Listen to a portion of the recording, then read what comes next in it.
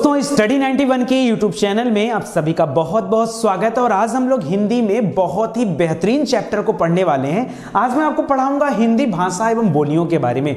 दोस्तों आप में से बहुत सारे लोगों को ये कंफ्यूजन होता है कि कौन सी बोली कौन सी भाषा कहां पर बोली जाती है। जो आपकी परीक्षा में पूछा जाता है ना, आप कंफ्यूज हो जाते हो। तो एक बात याद रखना, हिंदी भाषा की 5 उपभाषाएं हैं जो कि यहां पर दी जा रही, जैसे पूर्वी हिंदी हो गया, बिहारी हिंदी हो गया, पश्चिमी हिंदी हो गया, ठीक है, पहाड़ी हिंदी हो गया, राजस्थानी हिंदी हो गया। इस तरह से 5 कैटेगरी में डिवाइड होता है और फिर उसके अंदर और भी सारी सब कैटेगरी होती है, तो वहां जाकर आपको कंफ्यूजन होता है। दोस्तों आज हम इसको भी डिटेल से पढ़ेंगे और अगर हमारे पास टाइम रहा तो मैं बताऊंगा कि किस बोली में जो शब्द है कैसे परिवर्तित हो जाते हैं। जैसे पानी जो शब्द हो पानी बदल जाता है, ठीक है, पानी जो शब्द है, पानी जो शब्द हो पानी में आ जाता है, हमारा शब्द जो हमारों में आ जाता है। तो ये कैसे होता है और किस भाषा में या किस उपभाषा में काम होते हैं, वो सब आपको बताया जाएगा। ठीक है, चलिए स्टार्ट करते हैं। एक चीज याद रखिएगा, स्टडी 91 चैनल पर आप सभी विषय को डिटेल से पढ़ सकते हैं। उसके लिए जरूरी है कि जल्दी से आप चैनल को सब्सक्राइब करें, बेल आइकन को प्रेस करना न भूलें। ठीक है, चलिए सबसे पहली बात आती है दोस्तों कि ये हिंदी भाषा या बोली का अर्थ क्या होता है। ये भाषा एवं बोलियां जो चैप्टर हम पढ़ने जा रहे हैं ये है क्या। तो याद रखिए, कोई भी भाषा, चाहे वो हिंदी हो, चाहे वो अंग्रेजी हो, चाहे कोई भी भाषा हो, कोई भी भाषा या कोई भी बोली एक तरह का माध्यम होता है। कैसा माध्यम? तो याद रखिए, ये कैसा माध्यम होता है जिस माध्यम के द्वारा एक व्यक्ति अपने भाव, अपने विचार को दूसरों तक पहुंचाता है। क्या करता है? जैसे मैं यहां खड़ा होकर अगर आपको पढ़ा रहा हूं तो आप मेरे मन के भाव और मन के विचार को आप सुन पा रहे हो, समझ पा रहे हो, पढ़ पा रहे हो, लिख पा रहे हो। यही क्या है? यही भाषा या बोलियों का कार्य है। तो भाषा और बोलियों का कार्य आपको समझ में आ गया ना। बस इतना सा आपको याद रखना, बहुत छोटा सा पॉइंट है तो बहुत कुछ बताने की जरूरत नहीं। फिलहाल यहां दिया है कि जिसके द्वारा मनुष्य मन के भावों विचारों को बोलकर, लिखकर, पढ़कर प्रकट करता है, यह उसका एक माध्यम है। आगे देखिए दे रहा है कि भाषा संचार का प्राथमिक वाहन माना जाता है। संचार यानी कम्युनिकेशन। कम्युनिकेशन कब होता है? कम से कम 2 व्यक्ति चाहिए, 2 व्यक्तियों के बीच में कम्युनिकेशन होता है। लेकिन देखो कैसा जमाना आ गया, मेरे सामने इस हॉल में कोई भी नहीं है और फिर भी कम्युनिकेशन हो रहा है। क्यों?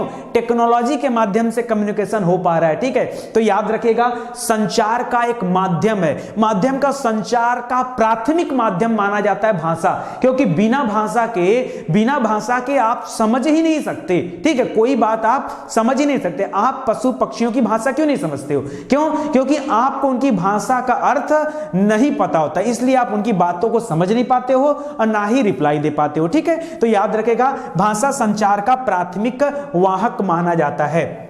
भाषा व्यक्ति के व्यक्तित्व यानी किसी भी व्यक्ति के पर्सनालिटी और समाज की संस्कृति को भी दर्शाता है। जो भाषा होता है, भाषा कितनी अच्छी है, यह उसकी संस्कृति और वहां के रहने वाले लोगों के व्यक्तित्व को भी दर्शाता है कि वहां की भाषा कैसी है। आगे भी दे रहा है कि भाषाएं संस्कृति का विकास करती हैं। भाषाएं जो होती हैं ये संस्कृति का विकास करती हैं। ठीक है, तो इसको भी ध्यान रखिएगा। आगे बढ़ते हैं, अब आते हैं यहां से अपने पॉइंट्स पर। दोस्तों भाषा तो समझ में आ गया, ये बोली क्या होता है बताइए। ये बोली क्या होता है दोस्तों? जब किसी छोटे क्षेत्र विशेष में कोई भाषा बोली जाती है, देखिए जब एक छोटे क्षेत्र विशेष में बोली जाने वाली भाषा, ठीक है, ही क्या कहलाती है? वो बोली कहलाती है। लेकिन याद रखिएगा, अच्छा देखिए भाषा, जैसे आप हमारे भारत की बात कर लो तो भारत की सबसे बड़ी जो राजभाषा वो है हिंदी। लेकिन हिंदी के अलावा भी अलग अलग लोकेशन पे अलग अलग तरह की भाषाएं बोली जाती है। जैसे खड़ी हिंदी हो गया, तो कहीं पे भोजपुरी हो गया। तो ये क्या है? खड़ी हिंदी तो अपने आप में भाषा में आ जाता है, लेकिन ये जो भोजपुरी है ये कहीं ना कहीं बोलियों में आता है। क्या होता है? बोली। तो याद रखिए, रीजनल लैंग्वेज जिसे हम कहते हैं, रीजनल, ठीक है, हमारे क्षेत्र विशेष की अपनी एक भाषा होती है, उसको हम रीजनल लैंग्वेज का नाम देते हैं। याद रखिए, उसी को हम बोली कहते हैं। एक बात याद रखिएगा, बोली में किसी भी तरह की साहित्यिक रचना नहीं होती है। हाँ, इसके कुछ अपवाद भी हैं, जैसे अवधि। क्या है? अवधि एक तरह की बोली है और अवधि में बहुत सारी रचनाएं हुई हैं, जैसा कि कि आप सभी जानते हैं तुलसीदास वगैरह जी की जो रचना है वो अवधी भाषा में है। तो जान लीजिए कि अगर किसी बोली में साहित्यिक रचना होने लगती है तो धीरे धीरे उस बोली का विकास हो जाता है, और जब बोली का विकास हो जाएगा तो याद रखेगा वह बोली बोली न रह करके अब वह उपभाषा बन जाती है। तो ये जो उपभाषा, भाषा के अंदर जो उपभाषाएं आई हैं इनका कहीं ना कहीं विस्तार बहुत ज्यादा हो गया, चाहे वो ब्रज भाषा रहा हो चाहे वो अवधि रहा हो। ठीक है, तो याद रखिए इनका विस्तार हो जाता है। ठीक है, आगे दे रहा है भाषा। भाषा से ही देखिए उपभाषा बन के तैयार होती है। भाषा से क्या बनता है? उपभाषा बनता है, और उपभाषा के छोटे रूप को हम बोली कह सकते हैं। क्यों? यही है ना। तो भाषा से उपभाषा और उपभाषा से बोलियों का जन्म होता है। भारत की बात करें दोस्तों तो भारत में लगभग 180 मिलियन से अधिक लोग हिंदी को अपनी मातृभाषा मानते हैं, और लगभग 300 मिलियन, 1 मिलियन में 10 लाख हैं, लगभग 300 मिलियन से अधिक लोग दूसरी भाषा के रूप में हिंदी का इस्तेमाल करते हैं, दूसरी भाषा के रूप में। जैसे अगर हम महाराष्ट्र चला जाएं तो वहां पे मराठी भाषा है, लेकिन मराठी के अलावा भी लोग हिंदी समझते हैं। बंगाल में जाएंगे तो बंगला भाषा है, बंगला के अलावा भी लोग हिंदी समझते हैं। पंजाब में जाएंगे तो एक अलग। तो इस तरह से अलग अलग क्षेत्र विशेष की अपनी भाषाएं हैं, लेकिन 300 मिलियन से अधिक लोग ऐसे हैं जो हिंदी का इस्तेमाल द्वितीय भाषा के रूप में करते हैं। जरा ध्यान दीजिएगा, कुछ चीजें और मैं एक्स्ट्रा फैक्ट देना चाहता हूं जो इस क्लास को रोचक बनाएगा। क्या कि यही कि भारत के बाहर अगर हम बात करें तो हिंदी की अपनी क्या विशेषता है। भारत के बाहर तो सबसे ज्यादा हिंदी तो वैसे हमारे भारत में बोली जाती है, और भारत को छोड़कर अगर कहीं बोली जाती है तो नेपाल में। ठीक है, नेपाल में सबसे ज्यादा हिंदी नेपाल में बोली जाती है। उसके अलावा अमेरिका की बात कर लें तो लगभग 1 लाख लोग जो है अमेरिका में भी हिंदी बोलने वाले लोग हैं। दक्षिण अफ्रीका की बात कर लें तो 8,90,292 लोग वहां पर हिंदी बोलते हैं। मॉरिशस, ये तो हिंदी राष्ट्र ही कहा जाता है। ठीक है, तो यहां दे रहा है 6,85,170। यमन की बात करेंगे 2,32,000 समथिंग। युगांडा की बात करेंगे लगभग 1.5 लाख लोग हिंदी बोलते हैं। सिंगापुर की बात करेंगे लगभग 5,000 लोग हिंदी बोलते हैं। नेपाल में 8 मिलियन यानी 80 मिलियन लोग हिंदी बोलते हैं। न्यूजीलैंड में भी 20,000 लोग हिंदी बोलते हैं। जर्मनी में 30,000 लोग हिंदी बोलते हैं। इससे यह पता चलता है कि दूसरे देशों में भी हिंदी भाषा का अपना महत्व है। क्यों? एक तो यह रीजन है कि भारतीय लोग विदेशों में जाके रह रहे हैं इस वजह से, और दूसरा वहां के लोग भी हिंदी सीखने के इच्छुक हैं, यह भी आप ध्यान रखिएगा। आगे देखे दे रहा है कि हिंदी भाषा से ही किसका जन्म हुआ है? उर्दू का जन्म हुआ है। और कह रहा उर्दू भी एक उपभाषा है जिसको लगभग 41 मिलियन लोगों के द्वारा बोला जाता है। ठीक है, लिपि क्या होती है दोस्तों? लिपि मतलब होता है लिखने का तरीका। अगर हमने क ऐसे लिखा तो ये क्या? एक लिपि है। ठीक है, हो सकता है उर्दू भाषा में क किसी और तरीके से लिखा जाता हो, इंग्लिश में क ऐसे लिखा जाता है। ठीक है, क ऐसे भी लिखा जाता है। तो याद रखिए क्या हो जाएगा, ये अलग अलग भाषाओं में अलग अलग लिपियां होती हैं। तो जो हमारी हिंदी भाषा है इसमें हम देवनागरी लिपि में कार्य करते हैं। कौन सी लिपि है? तो क अगर इस तरीके से लिखा गया तो ये देवनागरी लिपि है। इसके पहले भी ब्राह्मी लिपि हुआ करती थी, आर्मेयिक लिपि हुआ करती थी। ठीक है, ये सब भी लिपियां हुआ करती थी, लेकिन वो बहुत पहले के समय में हुआ करती थी, जब मौर्य काल था उस समय की बात है। कर लिपि सबसे पहले भाषा का जन्म हुआ और उसकी सार्वभौमिकता और एकात्मकता के लिए लिपि का आविष्कार किया गया, क्योंकि विदाउट लिपि, बिना लिपि के किसी चीज को बिना लिखे समझा नहीं जा सकता। ठीक है, इसलिए लिपि जरूरी है। कह रहा भाषा की अभिव्यक्ति ही क्या है? लिपि है। एक लाइन में बोल सकते हैं, भाषा की अभिव्यक्ति यानी भाषा को अभिव्यक्त करना ही क्या है? लिपि है। कैसे अभिव्यक्त करोगे? जैसे आपने कुछ कहा और उसे लिखा जाएगा तभी तो अभिव्यक्ति हो पाएगी, तो उसे लिपि माना जाएगा। कह रहा देवनागरी ये संसार की सबसे बेहतरीन लिपि मानी जाती है। ठीक है, इस लिपि में दोस्तों 52 अक्षर हैं। कितने अक्षर हैं? ये 52 अक्षर की बात कर रहा हूं। इस लिपि में 52 अक्षर हैं। इसका आधा इंग्लिश में है।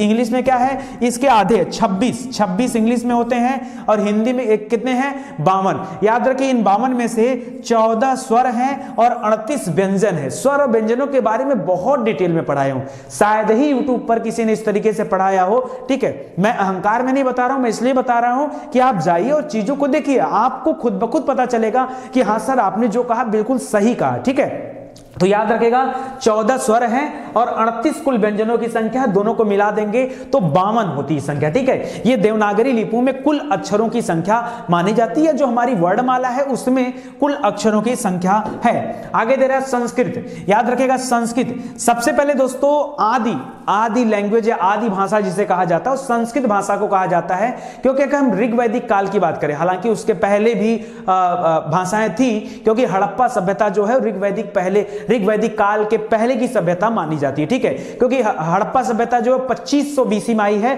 और ऋग वैदिक काल जो 1550 बीसी के आसपास स्टार्ट हुआ है। ठीक है, तो ध्यान रखिएगा, तो दोनों में लगभग 1000 साल का अंतर है। वहां भी लिपि बताई कि बताइए हड़प्पा सभ्यता के लिए कौन सी लिपि थी वहां पर, तो पहचानी गई है ब्रुष्टोकदन लिपि का नाम उसको दिया गया है। हालांकि अभी उसको समझा नहीं गया है, इस वजह से उसका जिक्र बहुत ज्यादा इतिहास में नहीं मिलता है। यहां पे देखिएगा तो सबसे पुरानी जो लिपि रही है या भाषा रही है वो है संस्कृत भाषा।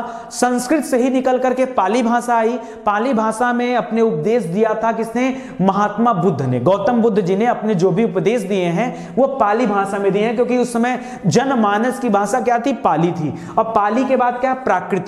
ठीक है, तो महावीर स्वामी के जो उपदेश हैं जो उनको संकलित किया गया है वो प्राकृत भाषा में संकलित किया गया है। उसके बाद आया अपभ्रंश। अपभ्रंश मतलब टूट फूट कर उसमें सब कुछ मिक्स हुआ और इस तरह से बना हिंदी। ठीक है, क्या बना, हिंदी। आगे चल के हिंदी कई रूपों में देखने को मिलती है, जैसे हिंदी को हिंदी रूप में भी देखते हैं, हिंदी जो है संस्कृत रूप में भी देखी जाती है, प्राकृत, फारसी और उर्दू रूप में भी देखी जाती है। कुल मिला जुलाकर जो आज की हिंदी है ये मिश्रित हिंदी है। हम बोलते हैं ना भाई, ये भाई जरा टाइम बताना, तो अब टाइम शब्द हिंदी का नहीं, लेकिन फिर भी हम बोलते हैं टाइम क्या हुआ है, तो टाइम अंग्रेजी से आया हुआ शब्द है। इस तरह से अगर आज जो हम बोलचाल की भाषा में जिस हिंदी का इस्तेमाल करते हैं ये प्योर हिंदी नहीं है, इसमें बहुत सारे उर्दू के शब्द हैं, बहुत सारे अरबी के शब्द भी मिले पड़े हैं, बहुत सारे फारसी शब्द मिले पड़े हैं। क्यों, क्योंकि धीरे धीरे जब प्राचीन इतिहास से हम लोग मध्यकालीन इतिहास की तरफ बढ़ा गया, यानी समय बढ़ा आगे, तो आपने देखा कि भारत बहुत लंबे समय तक गुलाम रहा। चाहे उस पर गजनवी का शासन रहा हो, चाहे गौरी का शासन रहा हो, चाहे गौरी के गुलामों का शासन रहा हो, चाहे दिल्ली सल्तनत की बात कर लें, चाहे मुगल पीरियड की बात कर लें, या फिर उसके बाद हम सीधे पुर्तगालियों की बात कर लें, डच, अंग्रेज, डेनिश, फ्रांसीसियों की बात कर लें, तो भारत बहुत लंबे समय से गुलामी झेलता रहा है। इस वजह से जो अलग अलग लोग यहां आकर अपना राजवंश स्थापित किए, उनके द्वारा जिन बोलियों का इस्तेमाल किया जा रहा था उसका प्रभाव भी अलग अलग क्षेत्रों पर पड़ा है। ठीक है, इसी वजह से बहुत ज्यादा हिंदी में आज मिश्रित शब्दों का इस्तेमाल हम लोग करते हैं, इसको ध्यान दीजिएगा।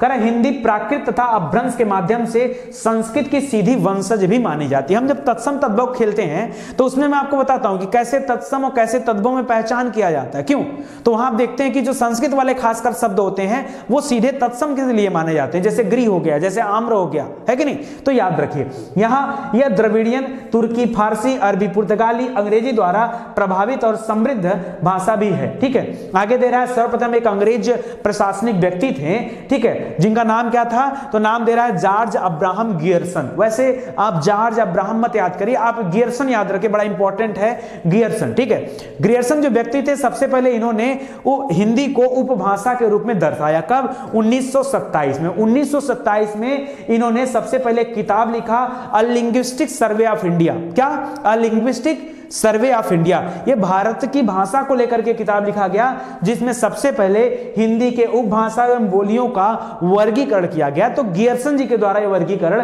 किया गया। 1927 में बुक आई हुई थी, लिंग्विस्टिक सर्वे ऑफ इंडिया। उसमें उसके अनुसार दोस्तों, उसके अनुसार क्या, उसके बाद भी जो है ये हिंदी की 5 उपभाषाएं मानी गई, जिसमें पहला है पूर्वी हिंदी। पूर्वी, अब देखो पूरे भारत का नक्शा आपको अपने दिमाग में बनाना पड़ेगा, ठीक है, इस तरीके से एक, और यहां से ऐसे डिवाइड कर देना पड़ेगा। तो इसके इस लाइन के इधर पूर्वी और इस लाइन के इधर पश्चिमी। तो पूर्वी हिस्से में याद रखिए पूर्वी हिंदी और बिहारी हिंदी, इसके अलावा पश्चिमी हिंदी और राजस्थानी हिंदी और पहाड़ी हिंदी। तो खास करके 3 सेगमेंट यहां पर है। एक तो आपका पूर्वी हिंदी है, दूसरा आपका बिहारी हिंदी है यहीं पर, फिर इधर पश्चिम साइड में पश्चिमी हिंदी है और इसके अलावा राजस्थानी हिंदी है, ऊपर की तरफ पहाड़ी हिंदी। कुछ इस तरह से एक सर्कल बन के आएगा, ठीक है, और उसके अनुसार हम लोग चीजों को पढ़ा जाएगा। आगे देख लीजिए, इसमें बता भी रहा है कि जो पूर्वी हिंदी का जन्म हुआ है ये अर्धमागधी से निकला हुआ माना जाता है, ठीक है। अर्धमागधी के बाद अपभ्रंश आया, ठीक है, जबकि जो बिहारी हिंदी है ये डायरेक्ट मागधी से निकला हुआ माना जाता है। पश्चिमी हिंदी ये सौरसेनी से निकली हुई मानी जाती है, राजस्थानी हिंदी भी सौरसेनी से निकली लिए भी मानी जाती है। और पहाड़ी हिंदी याद रखिए, पहले खस, खस से सौरसेनी, सौरसेनी से अपभ्रंश, और अब यह पहाड़ी हिंदी के रूप में हमारे सामने प्रस्तुत है। तो एक एक चीज करके हम लोग डिटेल में पढ़ते हैं, इतना पढ़ने से काम नहीं चलने वाला है, तो चलिए डिटेल में देखते हैं। अब देखिए पांचों भाषा में अपनी कहानी मैं शुरू करूंगा पश्चिमी हिंदी से। कहां से? पश्चिमी हिंदी से कहानी शुरू करूंगा। पश्चिम का मतलब क्या है? भारत का पश्चिमी क्षेत्र, भारत का पश्चिमी क्षेत्र। इसका मतलब है भारत को कहीं बीचों बीच स्थान एक दर्शाना पड़ेगा और वहीं से पूरब और वहीं से पश्चिम की बात आप करेंगे, ठीक है। तो याद रखिएगा, अगर हम पश्चिमी हिंदी की बात करें तो पहले तो प्रश्न ये बनता आपसे परीक्षा में कि पश्चिमी हिंदी का जन्म हुआ है, ऐसे प्रश्न पूछता है तो लिखता अपभ्रंश, पाली, प्राकृत, सौरसेनी। तो क्या बताएंगे? तो याद रखेगा सौरसेनी। पश्चिमी हिंदी और राजस्थानी हिंदी दोनों ही सौरसेनी से आई हैं। क्या क्या? पश्चिमी और राजस्थानी, पश्चिमी और राजस्थानी।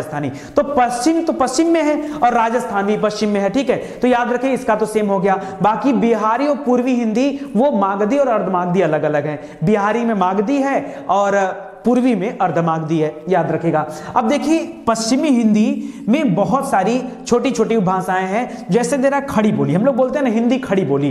तो ये जो खड़ी बोली है, खड़ी बोली कहां कहां बोली जाती है? तो दिल्ली बोली जाती है, मेरठ, बिजनौर, सहारनपुर, यहां पर खड़ी बोली जाती है, खड़ी बोली, ठीक है। और खड़ी बोली को दोस्तों एक और नाम दिया जाता है कौरवी। क्या नाम दिया जाता है? कौरवी। तो आपसे परीक्षा में पूछ देता है कि कौरवी किस हिंदी बोली के अंतर्गत आता है? ऑप्शन में दे दिया पश्चिमी हिंदी, राजस्थानी हिंदी, पूर्वी हिंदी और क्या पहाड़ी हिंदी। तो क्या बताएंगे कौरवी किसके अंतर्गत आता है? कौरवी जो हो पश्चिमी के अंतर्गत आता है, या खड़ी बोली किसके अंतर्गत आता है? ये पश्चिमी हिंदी के अंतर्गत आता है। बस ऐसे ही प्रश्न पूछते हैं। जब आपके सामने कठिन से कठिन प्रश्न बनेगा तो ऐसे ही बनेगा, इससे ज्यादा इसमें कोई बात ही नहीं है। समझ में आ रहा है? तो एकदम इत्मीनान से पढ़िए, कोई जल्दीबाजी नहीं, सीखते समझते चलिए। और सबसे अच्छी चीज है कि जब मैं आपको बता रहा हूं कि प्रश्न क्या बनता है तो आप समझो, ठीक है। आगे दे रहा है ब्रज भाषा। ये जो ब्रज वाला क्षेत्र, जो मथुरा वाला क्षेत्र है, दोस्तों एक काम करते हैं, अभी मैं प्रयागराज में, इलाहाबाद में, आप इसी को सेंटर मान लो, ठीक है। यहीं से जीएमटी लाइन गई, यहीं से सेंटर मान लो, यहीं से पूरब और यहीं से पश्चिम। यहां से पश्चिम की तरफ जाएंगे तो राजस्थान वगैरह पड़ जाएगा, या मथुरा वगैरह सब पश्चिम में तो पड़ेगा भाई। कानपुर, मथुरा, आगरा सब लाइन से सीक्वेंस से जाएगा।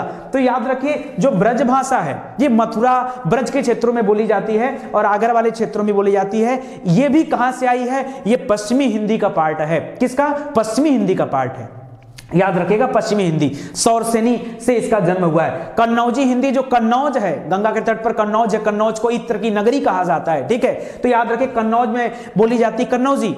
ये भी, इसका जन्म भी किससे हुआ? पश्चिमी भाषा से हुआ है। बुंदेली, बुंदेली मतलब बुंदेलखंड। वैसे तो बुंदेलखंड हमारे थोड़ा सा दक्षिण में दिख सकता है, बट याद रखिए झांसी की तरफ जाएंगे तो आगे पड़ जाएगा। छतरपुर हो गया, मध्य प्रदेश हो गया, उत्तर प्रदेश हो गया, ठीक है। ये बुंदेली वहां पर बोला जाता है। बुंदेली से बुंदेलखंड लेके मत चलिएगा, ठीक है। इसके अलावा बांगरू, ये खूब परीक्षा में पूछा जाता है। बांगरू दोस्तों ये रोहतक हो गया, रोहतक पड़ता हो दिल्ली के पास में, ठीक है। रोहतक हरियाणा, दिल्ली से आप आगे बढ़ेंगे तो हरियाणा साइड, हरियाणवी यहां पर बोला जाता है, ठीक है, हरियाणवी।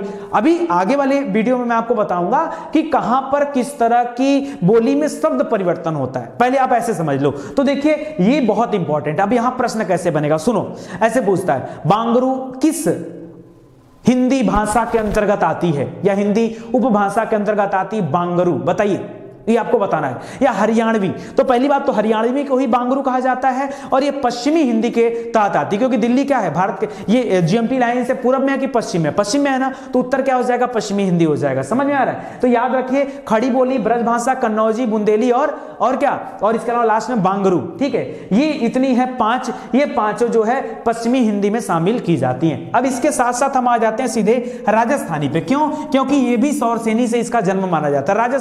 राजस्थान स्पेशल है, ठीक है। अब राजस्थान में जयपुर है, जयपुर राजधानी है, तो जयपुर में जयपुरिया बोली जाती है, जयपुरी, ठीक है। तो याद रखेगा। इसी तरह से निमाड़ी, ये खंडवा, ये मध्य प्रदेश में फिलहाल आता है, ठीक है। खंडवा के पास में निमाड़ी है। इसके अलावा मलावी, मलावी दोस्तों मालवा का पठार जो है उन क्षेत्रों में मालवी है, ठीक है, मालवी। वैसे मलावी जो देश है उसने मलेरिया का टीका बना, वो अफ्रीका में है, वो मलावी नहीं, ये मालवी है। मालवी मतलब मालवा का पठार। इसी तरह से मारवाड़ी है, मारवाड़ी बीकानेर हो गया, जोधपुर हो गया, राजस्थान में, वहां पर बोली जाती मारवाड़ी। और भीली, भील वहां की जनजाति है, भील बहुत बड़ी जनजाति है राजस्थान की, उसके नाम पर पड़ा भीली। तो भीली याद रखे राजस्थान, मध्य प्रदेश और गुजरात, ठीक है, तो याद रखे। वैसे मध्य प्रदेश और राजस्थान के जो बॉर्डर है वहां पर सहरिया जनजाति पाई जाती है, खूब परीक्षा में पूछता है, तो चीजों को याद रखिए, ठीक है। तो ये 5 चीजें याद रखिए, खास करके ये तो बड़ा आसान है क्योंकि जयपुरी, निमाड़ी और जोधपुरी, मारवाड़ी, ये सब कहां के बिलोंग है, भीली, ये सब कहां से, नाम से ही दिख जाते हैं कि भाई ये जो है राजस्थानी हिंदी के अंतर्गत आते हैं। तो इसमें तो आप बता ले जाओगे। कहानी सबसे ज्यादा यहीं पर आती, खूब पूछी जाती है, ठीक है। बांगरू याद रखे, बुंदेली, बांगरू, बुंदेली, ब्रज, तीनों ब याद रखे, खड़ी बोली कन्नौजी,